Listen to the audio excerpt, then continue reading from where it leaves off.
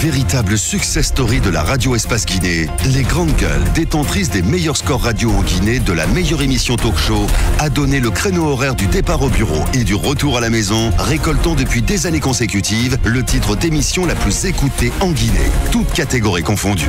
Un grand total de plus de 5 millions d'auditeurs ont été fidèles au talk show Les GG, diffusé jour après jour sur toutes les stations du réseau Adafo Média de 9h à 10h30, un exploit qui restera longtemps dans les annales de la bande FM en Guinée. Mais aussi sur Suite FM Guinée tous les soirs à 18h. Vous avez accès à cette émission. Merci de nous rejoindre dans la deuxième partie, mesdames et messieurs. L'émission continue dans un instant. On parle fait de société, le Kuntigi donc de la basse Guinée, de la basse-côte, qui reste droit dans ses bottes malgré le tollé provoqué par ses récents propos tenus à Kindia.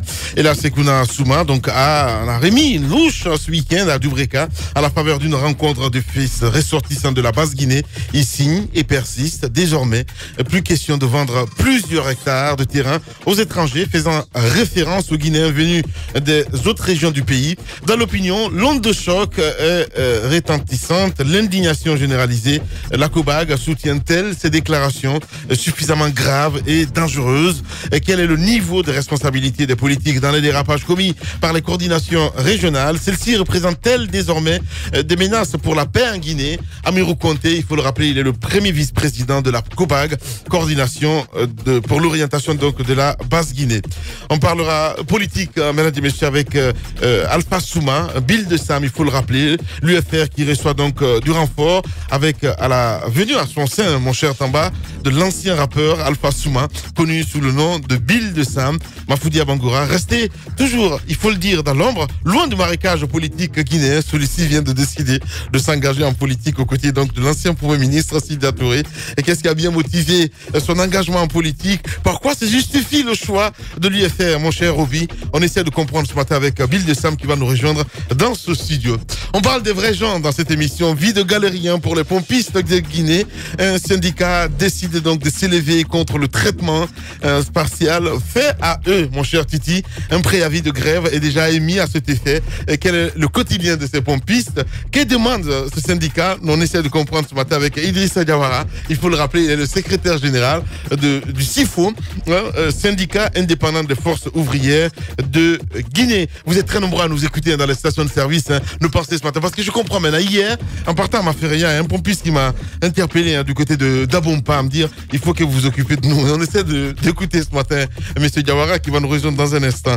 On va essayer de lire quelques messages sur Twitter. J'ai dit bien sur Twitter avec Ahmed Tidiane Ba qui nous écrit: handicap, sincèrement ce mot n'a pas de sens que pour les fainéants, aucunement lié à une question de mobilité et de vision, etc. J'en connais beaucoup qui savent que malgré tout, ils ne sont pas physiquement touchés. Nous sommes tous handicapés. Merci beaucoup à notre ami Ahmed Tidiane Ba qui nous écrit sur Twitter. Très nombreux évidemment. Mais il faut mettre le hashtag. C'est aussi simple que ça. Comme Youssef Kaba qui nous écrit aussi. Nous devons tous nous investir afin que les personnes handicapées soient mieux traitées. Nos mentalités font que même l'albinisme est présenté comme un handicap. Les personnes atteintes de cette anomalie devraient éviter de tomber dans la mendicité. Hashtag espace GG. Très nombreux ce matin à réagir. Avec Chris Modialo aussi qui nous écrit: bonjour les GG, je rends hommage à toutes les personnes vivant d'handicap. C'est un auditeur qui nous écrit. Sinon, nous avons Fofana Saliou aussi qui nous écrit sur Twitter. Hashtag espace GG. Nous comptons le nouveau ministre de la Citoyenneté pour envoyer ce vieux divisionniste de la basse côte à sa place qu'il mérite. La Guinée n'a pas besoin des gens comme lui. Vive la solidarité, vive l'unité nationale. Sinon, Alpha Oumar Bari aussi qui nous écrit sur Twitter. Hashtag espace GG. J'ai les larmes aux yeux à écouter cette dame. C'est un témoignage qui réconforte sur une partie parce que qu'elle demande aux autres de faire comme elle, de ne pas rester bras croisés pour attendre le bon samaritain. C'est même pas la peine de m'envoyer des SMS parce que ça ne marchera pas. Uniquement sur Twitter, on fait une discrimination positive ce matin, il faut le dire. Bangoura Aboubakar Sidiki qui nous écrit: bonjour les GG, notre cher journaliste Souriba Colentin et Camara a perdu sa maman, Adia Fatou Bangoura. Ce matin, donc, je présente mes sincères condoléances à la famille Camara de Kindia et Bangoura. Paix à son âme. On a déjà parlé de ça ce matin dans le morning. Bonjour les grandes gueules. Dans notre pays, être handicapé handicapé est synonyme d'être un mendiant. La mosquée Faisal en est une illustration parfaite. Ils sont abonnés à leur sort. Puis, ne sont même pas considérés dans le pays. Donc c'est Alpha Oumar Barry qui nous écrit ce matin sur le hashtag Espace GG. Sinon, hashtag Espace GG, je m'arrête là, parce qu'il y a beaucoup de réactions. Noumou qui nous écrit, même si on donnait 100 millions par personne, ça n'aboutira pas à un résultat escompté. Il faut plutôt assister les structures bien encadrées qui sont là pour servir ces personnes et non pour servir une pensée positive à toutes les personnes handicapées. Noumou qui nous écrit ce matin. Bilo, merci beaucoup. La plupart des handicapés sont les personnes surdouées. L'État et les députés, bref, toutes les personnes sont handicapées doivent les aimer. Voilà, donc merci beaucoup. Je comprends pas du tout le truc, mais bon, qu'est-ce que t'as? Moussa, on évolue, on parle maintenant, évidemment, mon cher Moussa, de voirie urbaine de Conakry. Le gouvernement engage de grands travaux, mon cher Moussa Moïsi, là. Écoutez, les grands travaux, ce sont ces travaux qui ont été annoncés par le ministre Naïté. Je pense que on s'est bien rendu compte que c'était un ministre qui fait moins dans les passages, dans nos studios. Plusieurs reprises, des invitations lui ont été lancées pour qu'il vienne s'expliquer sur les chantiers en cours. Je pense qu'il les a déclinés en attendant que la machine ne prenne sa vitesse de croisière. Ouais. Qu'à cela ne tienne, voilà, qu'il est dans l'action. Il est dans l'action, d'accord, qu'il arrête de parler. Voilà. Dans l'action, on le voit sur le terrain, certes, sur la route. Je crois qu'il y a Tidiane qui parle à sa place sur Twitter et autres. Sofonia Kakele. Cette route, je pense qu'il a pris la mesure de la chose, il a décidé, il a annoncé donc que les travaux allaient commencer dans les jours à venir. J'espère qu'il aura raison du sort qui frappe cette route depuis des années et que ce calvaire, le calvaire des usagers de la route va prendre fin. Et également, on parle de la réfection de certaines voiries. Abakam l'apprenait ce matin, l'autoroute, mais également du côté du Prince. Et j'apprends que la corniche qui est juste derrière, la corniche Kouyaté, ne fait pas partie de ces travaux qui vont être bientôt lancés. Pourtant, cette corniche-là permet donc de désengorger un peu la circulation lorsque le trafic est assez dense. Je pense qu'il va falloir intégrer tout cela dedans. Maintenant, les transversales qui ont été annoncées du côté de Kagbele, mais également de 36, il faut qu'on sente qu'il y a un début, pour ne pas me répéter, mais qu'il y a un début quand même de commencement. Mais si absolument rien n'est fait de ce côté-là, je pense que ça donne beaucoup à réfléchir. J'espère que tout ça n'est pas calculé pour que à la veille de 2020, qu'on puisse livrer enfin ces travaux flambant neufs à tout le peuple de Guinée. Bien, allez-y. Ce qui est sûr, Moussa Moïse, même si tu le dis, c'est prévu pour 3 mois. Ces travaux de réfection des voiries. Oui, mais au-delà des travaux de réfection, il y a de véritables travaux de construction qui ont été annoncés. Moi, je veux dire que par rapport à cette histoire du 3e mandat, je pense que les travaux publics vont être un élément déterminant. C'est que mon regard là-dessus. Je pense que les travaux publics vont être sérieusement utilisés. Mais 2 choses très très rapidement. La première, c'est qu'il y a eu des annonces par le passé. Il y a eu des difficultés à les voir se réaliser. Moussa Moïse parlait de l'axe, il parlait de 36. Oui, des travaux y ont commencé, mais aujourd'hui, ce n'est plus le cas. On espère vivement que ce qui a été annoncé comme ça l'a été puisse arriver à terme. Il faudrait que des travaux soient entrepris de ce côté parce que tous les jours, la circulation au niveau de 36 pose véritablement problème. Ça fait beaucoup d'embouteillages. Ça, c'est la première chose à dire. Guigo Presse doit communiquer, c'est important. Surtout sur l'axe Kagbele, bien sûr.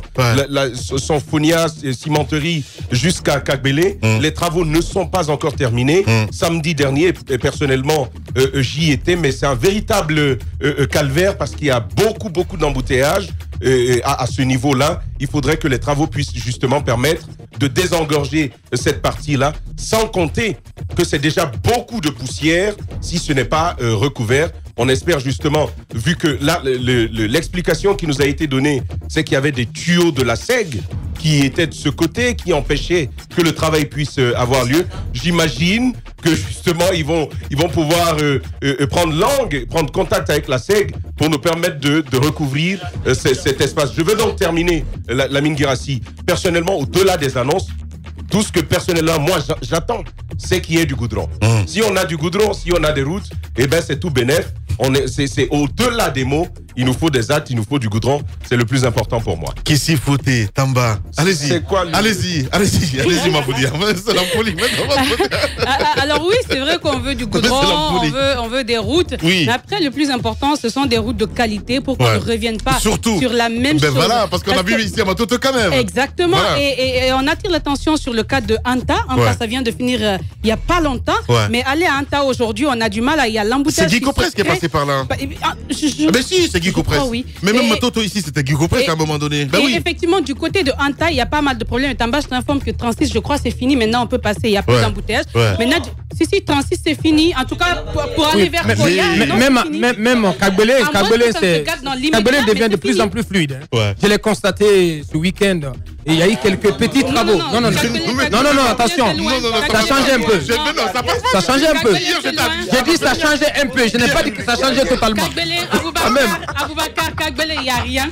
Il y a encore assez d'embouteillages. Il n'y a que la poussière. Et quand c'est la saison pluvieuse, assez de boue, on a du mal à passer. Maintenant, justement, à ce niveau, on se pose des questions sur la durée, sur les raisons qui font que les travaux ne finissent jamais. Parce que Kagbelen, quand même, ça fait très longtemps. C'est comme la transversale T8, ça fait des années que Guy Copresse est là-dessus. Après, on dit qu'il y a l'argent qui a été donné. Par moment, nous apprenons que oui. Parce que selon les explications que j'ai eues par moment, l'État demande à ce que les sociétés préfinancent, mais après, l'argent ne vient pas. Après, c'est assez compliqué sur la route, par exemple, T8. Ça fait des années, ils sont je ne te parle pas de la route de Forêt-Carien. C'est juste incroyable. Hier, j'étais à Maférénia, c'est incroyable. C'est extraordinaire. Il y a pas mal de routes comme ça qu'il faut faire.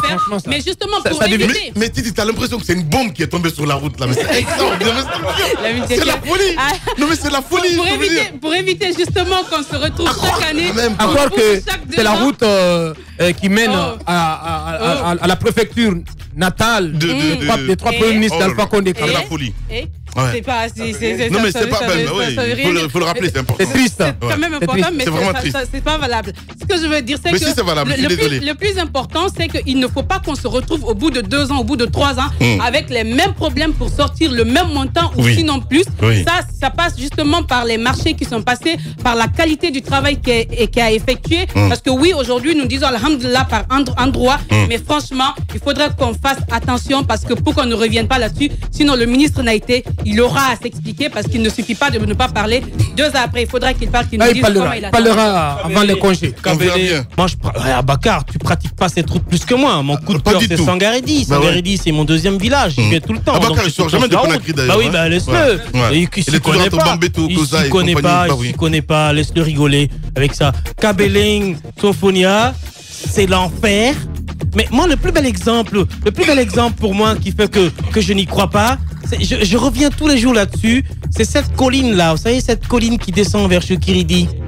Oui, je vais revenir là-dessus parce que pour moi, c'est l'exemple le plus palpant. Vous avez quand même un commis secrétaire général à la nationale. Permettez-moi d'aller. Non.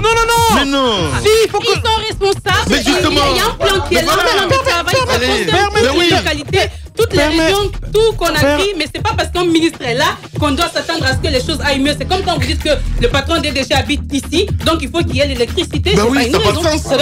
Je peux continuer? Oui. Je peux? Oui. Pour moi, il se lève tous les matins, il pratique cette route, il va en ville, il revient. Cette route a été faite au vu au sud de la personne. La plus mauvaise qualité du goudron qu'on ait pu déverser sur une route se trouve là-bas. Parce que... Oh mais attends, Abakar, tu pratiques pas... Mais il a Non mais même si c'est pas le contrôleur, il peut attirer l'attention. Attendez, il peut attirer l'attention. C'est quand même la responsabilité des commis de l'État que d'attirer l'attention sur les concernés, sur la mauvaise qualité des travaux qui ont été faits là. Pour moi, c'est un bel exemple. Et pour moi, c'est un bel exemple de prise de responsabilité. Encore une fois, il faut le dire. Donc, pour moi, il est important. On a attaqué l'ancien ministre des Travaux publics sur le contrat qui a été signé sur la réfection d'une route qui a été faite déjà d'Abompa, Tombolia. Il y a plusieurs sujets sur lesquels on est revenu là-dessus ici. Je pense qu'il est important pour moi que le ministre d'Haïti communique sur le plan d'urbanisation sur 3 mois. Il ne s'agit pas de communiquer. Oui, mais non, d'urbanisation sur 3 mois. Si, sur le plan d'ouverture des routes, etc. sur 3 mois. Parce que pour moi, quand même, ce projet-là, vu l'énormité du projet lancé et la période donnée sur 3 mois, c'est difficile à croire. Et sur la route Kabele-Sonfonia, il est temps aujourd'hui quand même que l'entreprise exécutant les travaux communique sur les difficultés qu'il y a sur cette route-là. On ne peut pas comprendre qu'on puisse accuser tous les jours l'État, la SEC, etc. Et pourtant, pour moi, depuis 5 ans, ils sont sur cette route-là. Ça ne se réalise jamais. C'est qu'il y a des problèmes. Soit il y a des problèmes au niveau de l'État. Le ministre sait que la bonne nouvelle, c'est que le ministre a confié aux médias ce week-end que l'entreprise Gicopress s'est engagée à finir ses travaux au bout de 3 mois. Voilà. Donc attendons de voir, nous ne sommes pas plus pressés désormais. Le délai c'est février. Mais février, mars, c'est déjà demain. Donc je crois que si tout va bien, on sera au bout d'une peine. Il y a plusieurs délais. Il y a plusieurs délais qui ont été donnés sur cette route. Voyons ce que ce nouveau délai aussi va donner. Ce n'est pas dans la communication simple qu'il faut faire aujourd'hui à dire qu'on va finir dans 3 mois, etc. Je pense que s'il y a véritablement des problèmes à achever ces travaux-là, soit on dit à l'entreprise, tais-toi, on va te laisser continuer les travaux, mais quand même les difficultés. Vous avez vu le cas de Matoto ici, l'entrepreneur qui exécutait le rond-point de Matoto. Lorsqu'il a eu des difficultés, lorsqu'il a eu des mailles en partie avec le ministère de la République, il est sorti de l'ombre, il a fait parler les gens et finalement la situation a été débloquée. Je pense qu'à un moment donné, même si vous avez des amis plus haut perché, même si vous avez des accointances proches, des accointances avec l'État ou le président de la République, lorsque vous êtes en difficulté en tant qu'entreprise d'exécuter des travaux qui vous ont été confiés, il est de votre responsabilité de communiquer là-dessus. Peut-être que ça peut vous aider à débloquer. Ce qui se passe entre Kabele et Symphonia, c'est vraiment une mauvaise image pour l'entreprise qui exécute le travail. Le perdant dans cette histoire, c'est Gicopress. Bien. Véritable success story de la radio Espace Guinée, les grandes gueules, détentrices des meilleurs scores radio en Guinée de la meilleure émission talk show, a donné le créneau horaire du départ au bureau et du retour à la maison, récoltant depuis des années consécutives le titre d'émission la plus écoutée en Guinée, toutes catégories confondues. Un grand total de plus de 5 millions d'auditeurs ont été fidèles au talk show Les GG, diffusé jour après jour sur toutes les stations du réseau Adafo Média de 9h à 10h30, un exploit qui restera longtemps dans les annales de la bande FM en Guinée.